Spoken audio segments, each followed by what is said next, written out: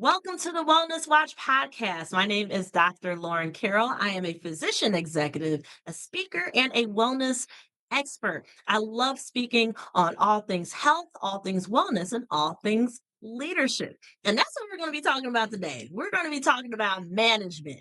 Are you a bad manager? And a lot of times, bad managers don't know that they're bad managers. Now, I've had a time or two where I've been under bad leadership. But we're not going to talk about that right now. We're not going to talk about specifically what those bad leaders did. I'm going to focus on how I felt during those situations. I felt frustrated. I felt tired. I felt overwhelmed. Now, that might be some of y'all today. You feel frustrated with your life. You feel overwhelmed. You might feel even mentally, emotionally, and spiritually tired. Why is that? And I'm going to say something that some of you guys might not like. You may be a bad manager of your own life. You may be a bad manager regarding your own health and wellness. And unfortunately, your bad management is not just affecting you, it's affecting everyone else around you as well. But today, we're going to put an end to the bad management. We're going to get delivered from those situations. We're going to get delivered from the bad boss, which is ourselves. Now, I'm not telling you anything today that I did not have to walk through myself. All right. So I am a partaker of the information that the Lord gave me today as well. Let's go to Proverbs chapter 29, verse 18. And it says, where there is no vision, the people perish, but he that keepeth the law, happy is he. Let's focus on that first part. Where there is no vision, the people perish. Now, just like when you're underneath bad leadership, and if you've been a bad leader before, let's be honest, right? We're all growing in our leadership. There was no vision cast probably in those situations. You were just moving through the motions or going through the actions. That's probably why you felt so frustrated, especially if you had someone who was micromanaging you. It seemed like you could not see the whole vision or get the big idea and the greater idea. That's what happens when we don't have a vision for our life. We don't have a vision of how our health and wellness really interconnects with every area. That's why we're feeling so bad. And honestly, the only way that we can get a true productive vision for our life is going to God, reading His words. God does not want you to live a life in frustration. He said he wants you to have life and that life more abundantly. And so if you're not living that life, you feel like you're not living that life in abundance. I didn't say it was going to be perfect. I didn't say you weren't going to have trials and tribulation because the word does say you will have that. But if you feel like you are not living the God kind of standard of life that He's put in His word, then that means that you are not managing or stewarding what He has given you. Like, this is a hard talk. I know. This is a kind of like we need to come to Jesus with some of these things in our life if we want change.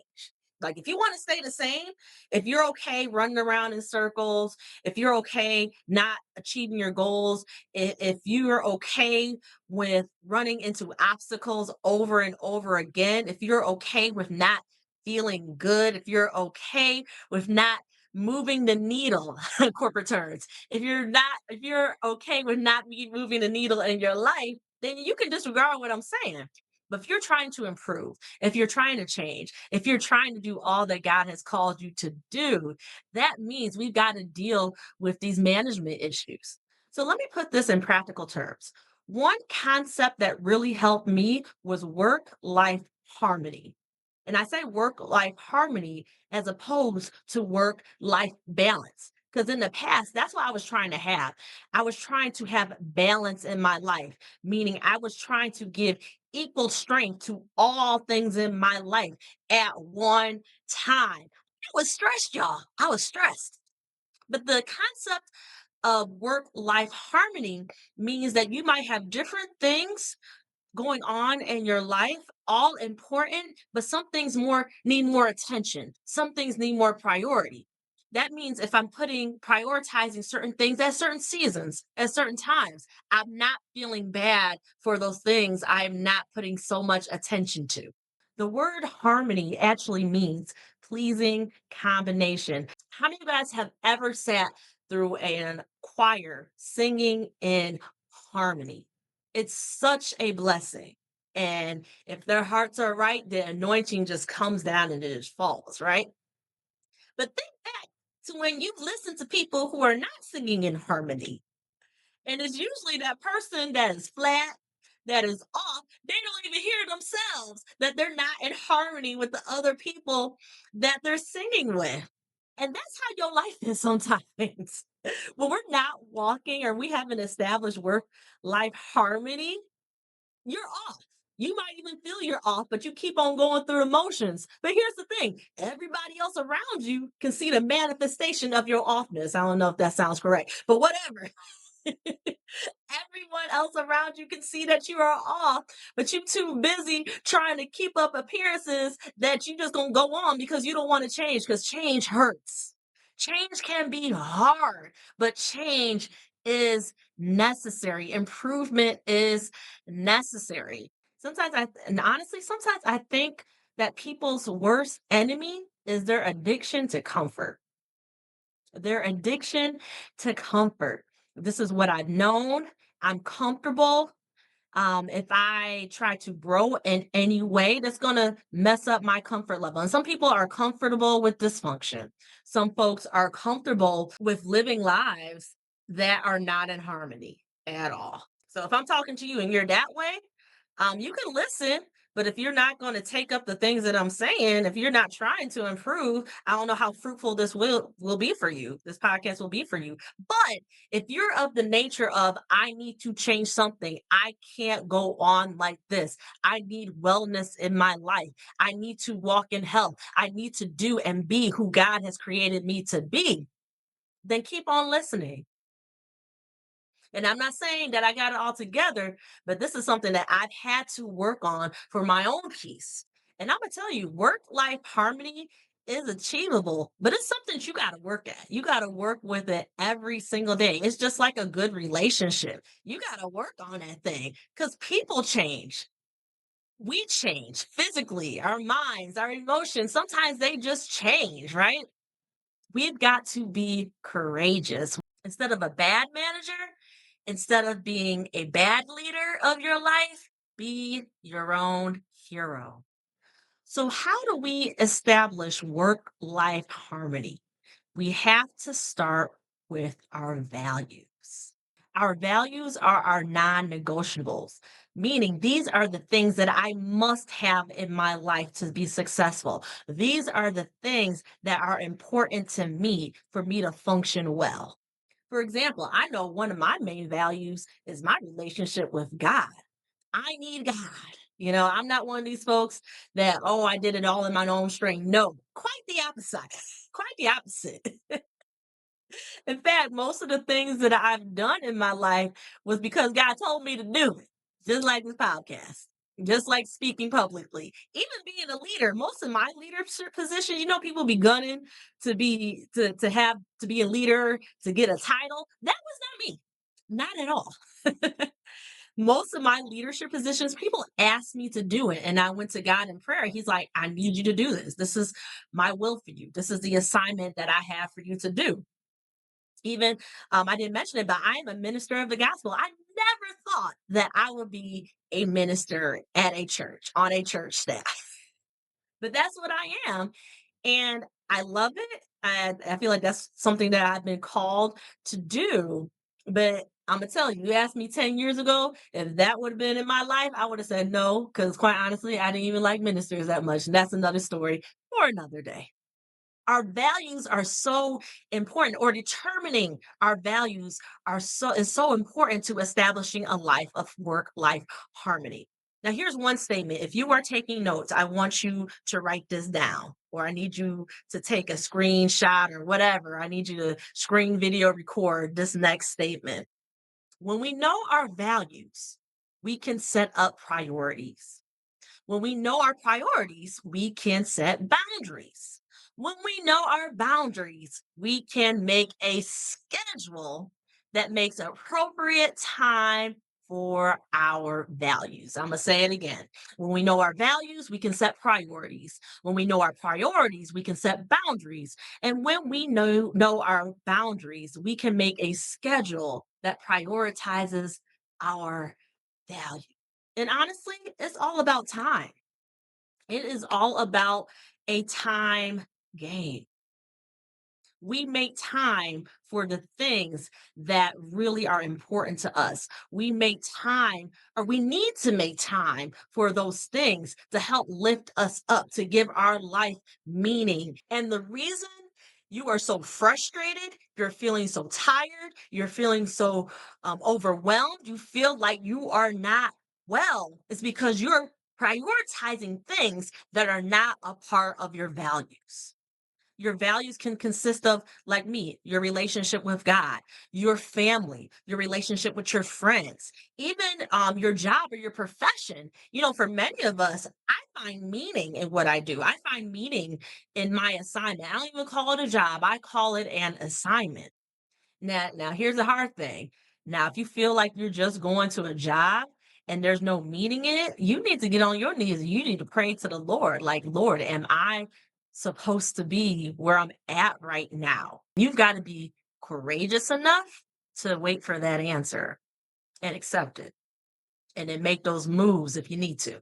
I know it's easier said than done, but it's a decision. So going back to values, write those things down. Once you've established your values, then you want to set your priorities. Like, for example, if I know that the relationship with my family is a value, I'm going to prioritize things or time that I spend with my family. I'm going to prioritize sitting together as a family at dinner. I'm going to prioritize like a family game night. I'm going to prioritize having conversation and being together. Once you have those priorities, you got to set boundaries and you got to be strong in your boundaries. Now, I don't know if you like me. I feel like when fires are started, I have to be the one to put them out. I got in the past, I would jump to everybody else's emergency on top of doing what I was supposed to do in my life, right? And in the past, I said yes to a lot of things I should have said no to because I had poor boundaries. I was a little bit of a people pleaser. But I realized having those poor boundaries was causing me to have poor health. It was causing me to have poor self esteem because I was saying yes to a lot of things. God was like, why do you even say yes to that? Say no. Basically, I was doing too much, doing entirely too much. I want you to actually imagine that boundary being like a wall. The last episode, I talked about just the walled cities back in the biblical days. So that boundary should protect everything that's inside. Again, going to the example of your family. If having a relationship with your spouse, your kids, your whoever in your who's in your family, if that is a value, you've got to protect that time. You've got to protect that relationship. If one of your values is entrepreneurship, you've got to have protected time around that business. Also, another example, like I said, that I value my relationship with God. So I have protected time around our relationship. I get up in the morning, I'm praying, I'm reading my word. I've set that boundary. If I'm not going to do anything that day, that's what I'm going to do. Am I perfect? No. Do I get it most of the time? Yes, because it has become a vital necessity. My time with God in the morning is a vital necessity to the functioning of my day. So once you have those priorities in order, you can get your schedule together. Now, I'm not saying neglecting those things at work or even some of the minor things that are happening in your life, the minor responsibilities, you can schedule that in. But when you're making your schedule, you're prioritizing your values. That means that during those 7 days, during that week, you're making time for something that helps your values. Now I hear somebody saying, well, Dr. Lauren, I just don't have time to fit in some of those special things I want to do with my family. Some of those things I want to do to help grow my business, some of those things that I want to do to make me a better leader. And my answer to that is, are you sure? Have you looked at what you do throughout the day? Can you pull up on your phone and look at your social media time? Like flat out. I think we waste a lot of time throughout our days doing frivolous stuff, doing things that don't help any of our values. And we got to be real with ourselves. And if we don't have that time, where are we spending that time? If it's not social media or anything like that, what are you prioritizing that is not a part of your value system? This is a time of self assessment. Let's be real with ourselves. We can't change what we don't acknowledge. As I close, I know that I have struck a nerve with some folks. I know some of you are like, man, I'm a bad manager of my life. You might even be a good leader for everybody else, but for your own life, you're under bad management. But you can change and correct that today. I want you to go back and just re-listen to this podcast and even the practical items, quite honestly. Establish your values. And when you look at your values, establish those priorities. And basically, priority equals time. What are those things that you need to do to help support your values? And then when you get that time and those things you do within that time, you set boundaries around those priorities. And boundaries look like a strong schedule. And you got to pay attention to the schedule, naturally do the schedule, write it down.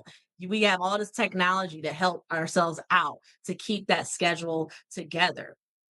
Now, this might be different for folks because it is very administrative, but you have to go the extra mile and do things that you have not done before. Organize your life so you can live a life of health and wellness, the life that God has destined you to have.